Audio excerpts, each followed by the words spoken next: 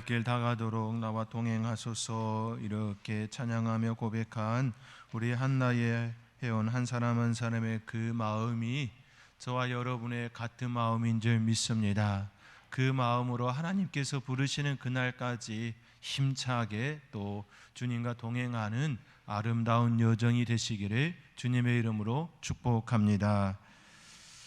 하나님께서는 인류의 구원을 위한 위대한 여정을 한 사람으로부터 시작하였습니다. 그 사람은 바로 우리가 계속해서 살펴본 것처럼 아브라함이었지요. 노아 때 홍수로 모두가 물에 잠겨 죽음을 맞이하였습니다. 그때 하나님께서는 다시는 물로 심판하지 않겠다라고 하는 무지개 언약을 베풀어 주셨지요. 그러나 인류는 여전히 자기의 죄로 인하여 영원히 죽을 수밖에 없는 존재들임을 계속해서 드러내고 말았지요. 방주를 통해 구원을 받았지만 노아도 역시 사람이었습니다. 그는 만취하여 보이지 말아야 할 모습을 그의 자녀들에게 보이고 말지요. 그로 인해 누군가는 아버지로부터 저주를 받는 그 신세가 되었습니다. 죄악은 아버지가 저지르고, 그렇죠? 술에 취하여 그 모습을 드러낸 그 죄악은 아버지의 죄악 맞지요. 그러나 저주는 그의 아들이 받았습니다. 이것이 인간의 죄된 모습이 아버지와 아들로 계속해서 이어지는 인간의 단면을 너무나도 잘 보여주는 모습일 겁니다. 이처럼 인간은 불완전하고 스스로 구원할 수 없는 존재임을 여실히 드러내고 말았습니다. 그 인류를 위하여 하나님께서는 위대한 여정을 행하시기로 결정하시지요. 한 사람 아브라함을 불러내었습니다. 그리고 그의 부부에게 이삭이라는 아들을 선물로 주셨습니다. 그 선물은 인간의 힘으로는 할 수 없는 일임을 분명하게 드러낸 하나의 사건이었습니다. 남자로서 그리고 여성으로서 더 이상을 역할을 할 수 없는 그때에 그들에게 이삭이라는 선물을 주셨습니다. 그렇지요. 남자의 구실도 끝나고 여성의 구실도 끝난 그때에 하나님께서 상상할 수 없는 선물을 그들에게 주셨습니다. 그 선물은 바로 인류 구원은 인간의 힘으로 되는 것이 아니다. 인간의 힘으로 되는 것이 아니다. 또다시 하나님께서 생명의 출생을 통하여 보여준 하나의 사건이었습니다. 그렇지요. 이삭이라고 하는 그 생명의 출생은 인류의 구원은 인간에 의하여 되는 것이 아님을 분명하게 또 한 번 선언하는 사건이었던 것이지요. 아브라함은 이삭을 낳았고 그 아들 이삭은 다시 야곱을 낳았습니다. 그리고 그 아들 야곱은 12명의 아들을 낳았습니다. 이제 하나님께서는 한 가족이 한 민족을 이루고 국가로 성장할 수 있도록 기틀을 마련하고자 원하셨습니다. 왜냐하면 그 여정을 통하여 인류의 구원자 예수 그리스도의 오심을 준비하기 위함이었지요. 그런데 지금 그들이 머무고 있는 가나안 땅, 그렇죠? 그 가나안 땅은 아직 적합한 땅이 아니었습니다. 왜냐하면 그 땅은 죄악이 가득할 뿐만 아니라 이방신을 섬기는 우상으로 가득하였기 때문입니다. 또 외세의 침입도 상당히 많았기 때문인 것이지요. 한 가족이 한 민족으로 성장하는 데 있어서 충분한 여건이 되지 못했다라는 사실이지요. 이러한 환경에서는 한 가족이 한 민족을 이루는 데는 너무나도 많은 어려움을 겪을 수밖에 없음을 하나님께서는 미리 아셨습니다. 그렇지요. 야곱과 에서와 같이 야곱의 12아들들이 서로 간의 이익을 위한 싸움이 일어난다면 한 민족으로 성장하지도 못한 채 산산조각나는 뿔뿔이 흩어지는 연합이 깨어지는 모습이 일어나겠지요. 그렇지요. 이삭에게 쌍둥이 두 아들이 한 모태에서 태어났지만, 그렇죠, 같은 시간대에 태어났지만 그 두 자녀가 쌍둥이이기 때문에 더 마음을 합심하여 살아낼 수 있었겠지만 그렇지 못했다는 것 이미 우리는 알고 있지요. 그렇지요. 두 사람도 어려운데 12명이 성장한다라는 것, 연합한다라는 것 너무 어렵다라는 것을 하나님께서는 이미 아심이었습니다. 그리하여 12 그 아들들이 서로 협력하여 아름답게 성장할 수 있는 적합한 땅을 하나님께서 준비하심인 것이지요. 그 땅은 바로 우리가 너무나도 잘 알고 있는 이집트 고센 땅이었습니다. 그렇지요. 하나님께서 그곳에 마치 가두리처럼 그들을 거기에다가 딱 생활할 수 있는 가장 적합한 땅을 허락해 주시고, 또 외세가 침입해 오면 이집트 군대와 함께 막아내는 그 과정 속에서 성장할 수 있는 최적의 그 환경을 그들에게 주심이었습니다. 이 일을 위하여 하나님께서는 또 한 사람 요셉을 준비하시지요. 인류 구원을 위하여 아브라함으로부터 시작되어진 그 여정은 이제 한 개인이, 한 가족이, 한 민족으로 성장할 수 있는 적합한 그것으로 보내기 위하여 하나님께서는 한 사람 요셉을 준비하셨습니다. 그런데 그 한 사람 요셉은 오늘 본문을 비추어 보면 아직 그에 걸맞은 인물이 아니었습니다. 하나님께서 쓰시기에 정말로 적합한 그런 인물이 아니었습니다. 왜? 아직은 그에 걸맞은 인물이 아닌지 몇 가지를 생각해 보면서 하나님께서는 그럼에도 불구하고 그를 선택하셔서 인류 구원의 그 길을 여는 그 모습을 함께 생각해 보고자 합니다. 왜 요셉이 아직 하나님의 일을 감당하기에 적합하지 않은지에 대해 생각하면 크게 두 부분으로 접근해 볼 수 있습니다. 하나는 외적인 부분이고 하나는 자신의 내적인 부분입니다. 외적인 요인의 가장 큰 주안점은 관계에 있었습니다. 아버지와 아들의 관계, 형제와 형제의 관계, 이러한 관계들이 요셉의 결합으로, 요셉의 부족함으로, 요셉의 미숙함으로 아직은 그릇이 아님을 드러내고 있습니다. 오늘 본문 3절의 말씀입니다. 우리 함께 오늘 본문 3절의 말씀 우리 함께 읽겠습니다.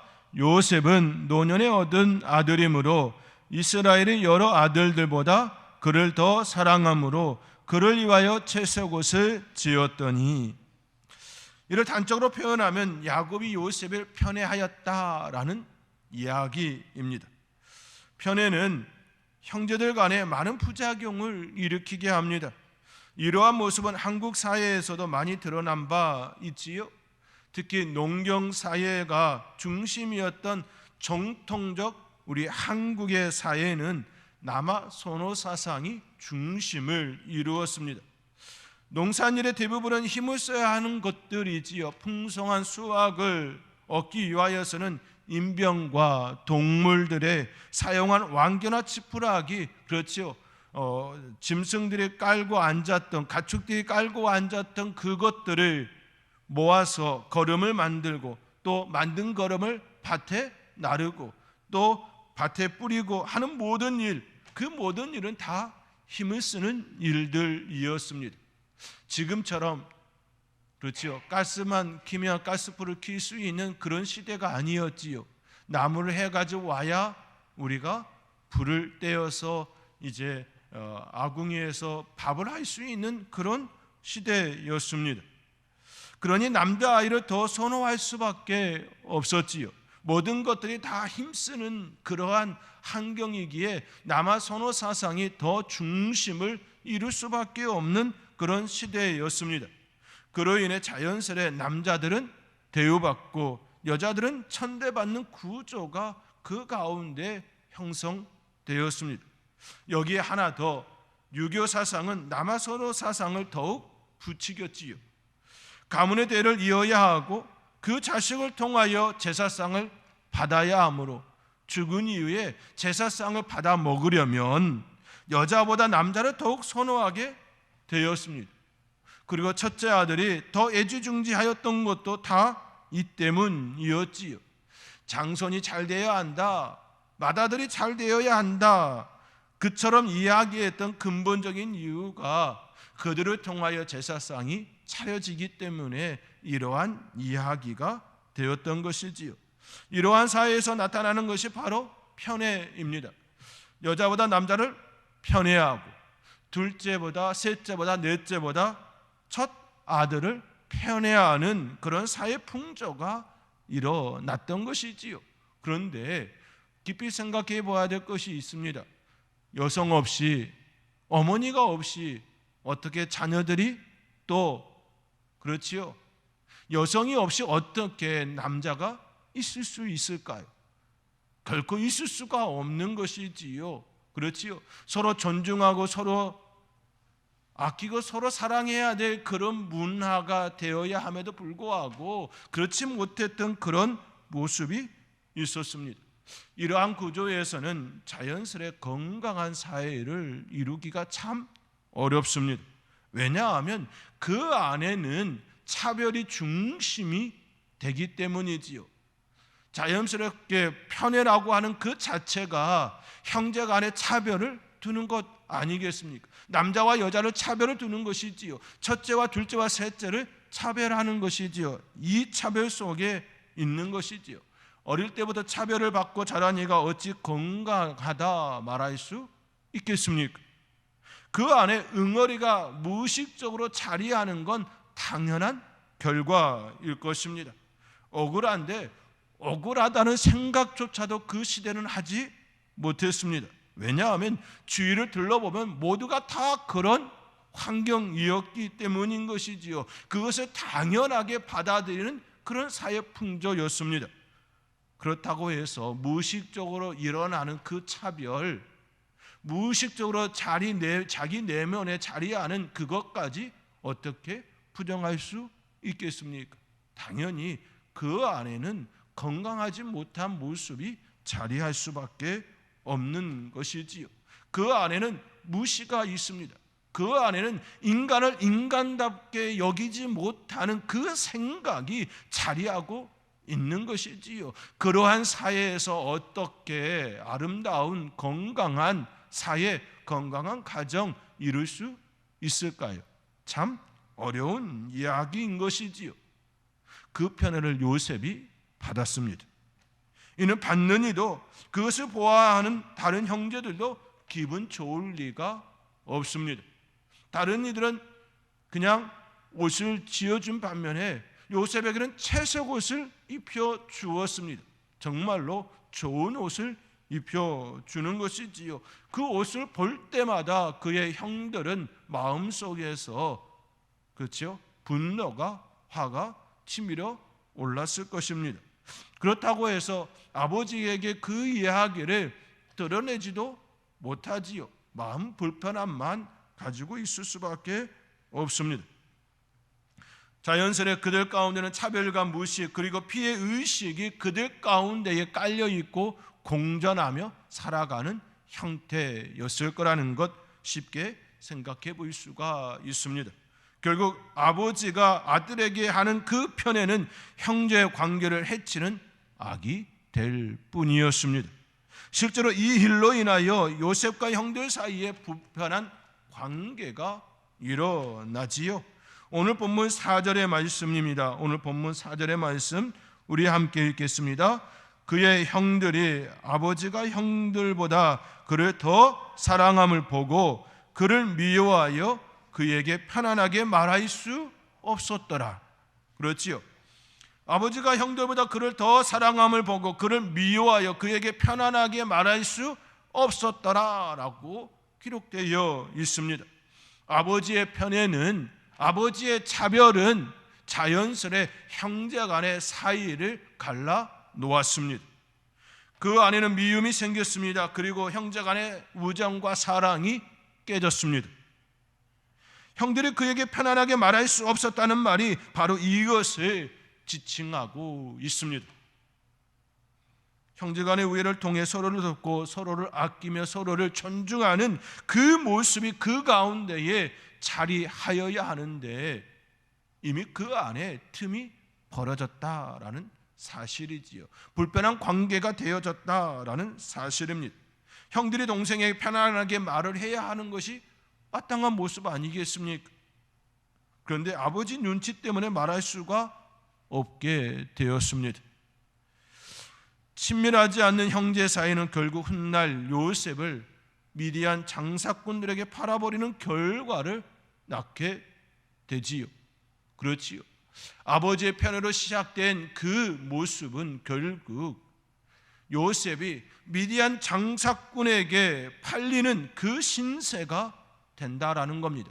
이 일의 시작은 아버지가 형들보다 요셉을 더 사랑하는 편애로부터 시작되었습니다. 가정 안에 차별과 무시와 피해의식이 자리하고 있음으로 인하여 생겨난 불편한 사실입니다. 그런데 곰곰이 성경을 살펴보면 이 편애는 단순히 요셉에게만 주어졌던 모습이 아니지요. 아브라함 때부터 존재했습니다. 아브라함은 이스마엘보다 이삭을 편애하였지요. 결국 이 이스마엘은 집안에서 쫓겨나는 신세가 되었습니다. 물론 이스마엘이 이삭을 괴롭힌 이유도 있었지만 그 안에는 편애가 작용되었던 것도 부정할 수가 없습니다. 그럼에도 불구하고 이스마엘을 품고 그렇게 그를 바르게 성장할 수 있도록 안내할 수도 있었지요. 그러나 그렇게 하지 않았습니다.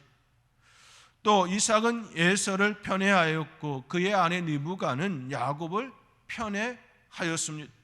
결국 에서와 야곱 사이에는 불편한 사이가 되었습니다. 이로 인하여 또한 야곱은 형을 피해 도망가는 신세가 됩니다. 이러한 가정의 불건강한 모습이 요셉에게까지 미치게 되었다라는 이야기인 것이지요. 이처럼 요셉은 건강한 가정 문화를 경험하지 못했습니다. 이로 인해 건강한 관계를 만들지도 못했습니다. 차별을 받고 살아가는 그 안에 무의식적으로 내가 편애를 받든 편애를 받지 못했든지 간에 그 안에는 건강함이 무의식적으로 일어나지 못하는 것이지요. 형들과의 관계를 원만하게 유지할 수 있는 힘이 그에게 없었다라는 이야기입니다. 이것이 바로 외적인 요인으로 인한 요셉의 불완전한 모습이었습니다. 관계를 잘 이끌어갈 수 있는 그런 탁월한 인물이 아니었다라는 이야기입니다. 여기서 우리는 한 가지 의문을 품을 수도 있습니다. 모든 사람들이 불우한 환경에서 불건강한 가정에서 자란다고 나쁘게 되는 건 아니다라는 반론을 제기할 수 있을 겁니다. 그렇지요. 불우한 환경일지라도 건강한 가정 문화, 불건강한 가정 문화에서 자랄지라도 오히려 사회에서 인정받고 덕망이 있는 삶을 살아가는 이들도 있다라고 여러분 안에 그런 마음을 품을 수도 있습니다. 네, 맞습니다. 실제로 그런 인물도 있지요.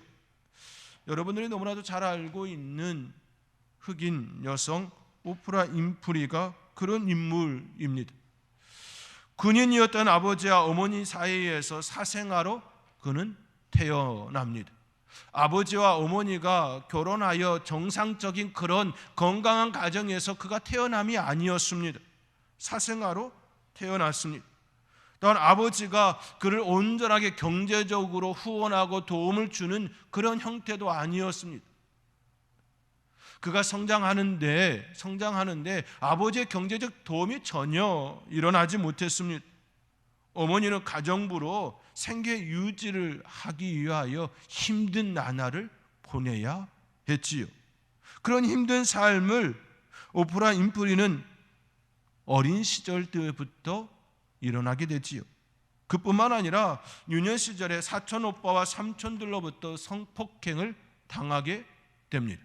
그로 인해 원치 않는 임신을 하게 됩니다. 또 출산하지요. 또 2주 만에 그 아이가 죽는 그런 고통도 받습니다. 원치 않는 임신을 했고 또 그 아이가 태어난 지 2주 만에 죽임을 당하는 그런 아픔을 겪었던 여성이었습니다.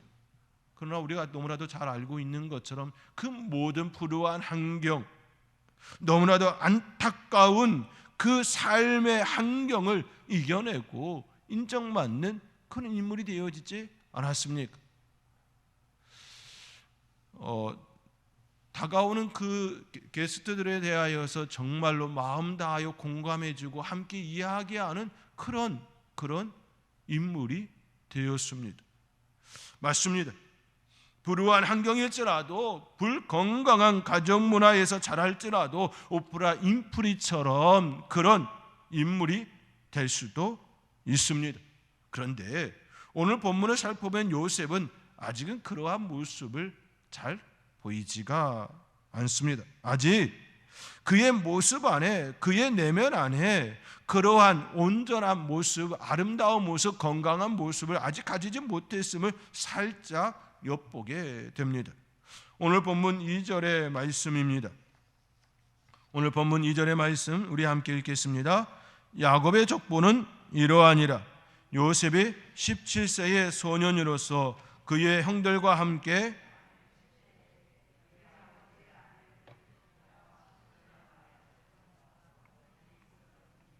그가 그들의 잘못을 아버지에게 말하더라. 아멘.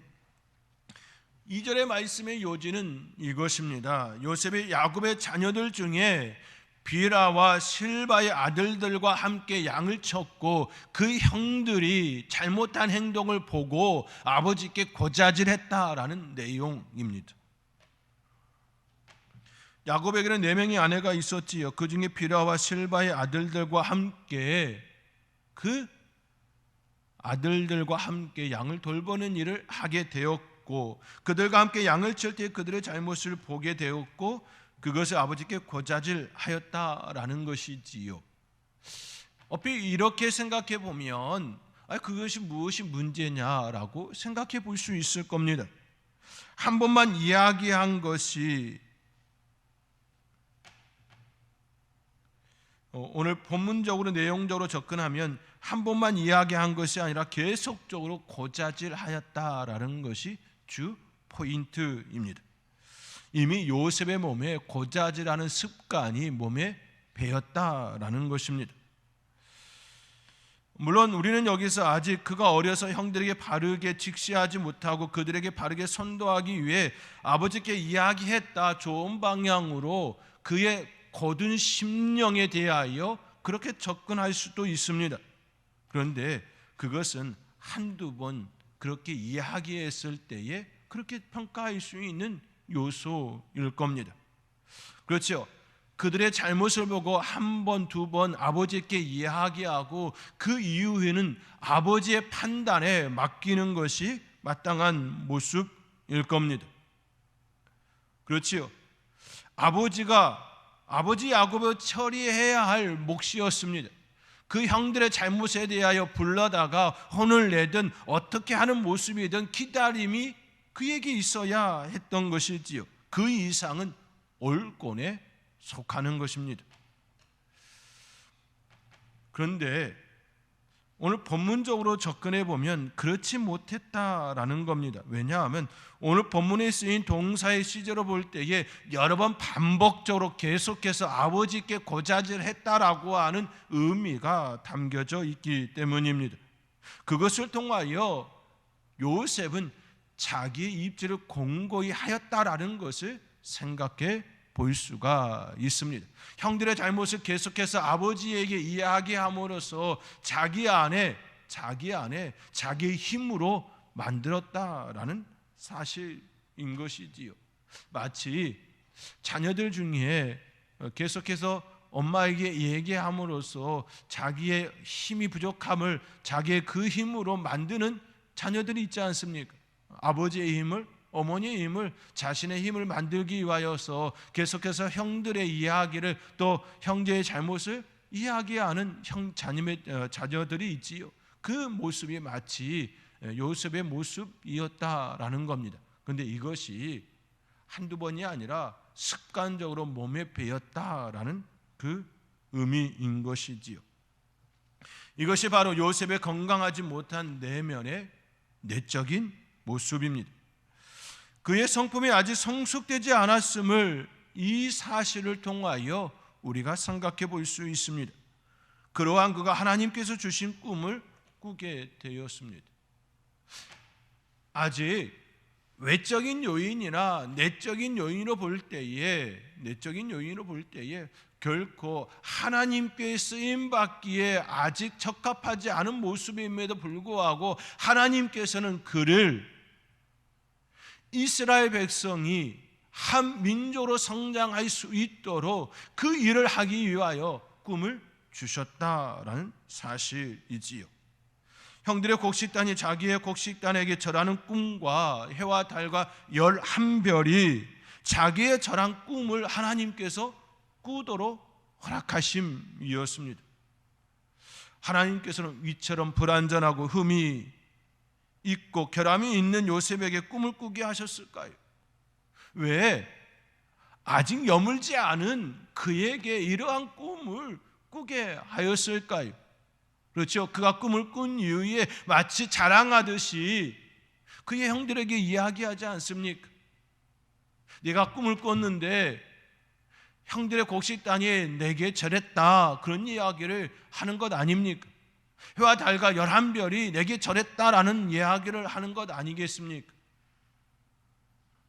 자기의 마음속에 꾹 품고 하나님께서 왜 이 꿈을 꾸게 하셨을까에 대하여 묻고 또 묻는 그런 모습이 아니라 마치 자랑하듯이 그 모습을 드러내고 있는, 아직 그의 성품이, 그의 마음이 여물지 못한 그 모습을 확연하게 드러내 줍니다. 이처럼 불완전하고 흠이 있고 결함이 있는 요셉에게 하나님께서는 이러한 꿈을 꾸게 하셨을까요? 우리는 이것을 통하여 중요한 메시지를 깨닫습니다. 하나님의 일은 인간의 방식대로 하는 것이 아니라는 것이지요. 그리고 처음부터 완전한 자, 성품이 좋은 자, 완결한 자, 그 자를 불러서 하나님의 일을 하게 하지 않음이라는 이 사실도 우리는 깨닫습니다. 그렇기에 우리에게 소망이 있는 것 아니겠습니까? 만약 하나님의 일을 할 수 있는 사람은 완전한 성품과 결함이 없는 이에게만 맡겨야 한다면 그 누구도, 여기에 속한 저와 여러분 모두에도 거기에 해당되지 못할 것입니다. 우리 모두는 부족한 면들을 가지고 있습니다.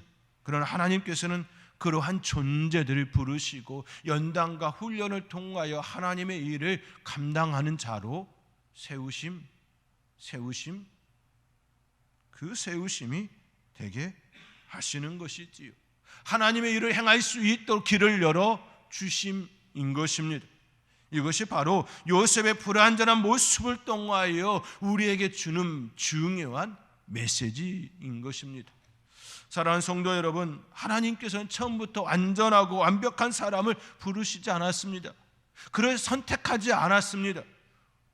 모두가 흠이 있고 죄가 많은 사람들이었습니다. 그러한 우리를 택하시고 부르시고 하나님의 자녀 삼으시고 연단과 훈련을 통하여 하나님의 일을 할 수 있도록 성장과 성숙의 시간을 주셨습니다. 그리고 그 일들을 하게 하심이었습니다. 이것이 축복인 것이지요. 이것이 진정한 하나님의 은혜와 사랑인 것이지요. 이 은혜와 사랑이 저와 여러분 가운데에, 여러분의 가정과 자녀들 가운데에 풍성하게 역사되어지기를 주님의 이름으로 축원드립니다.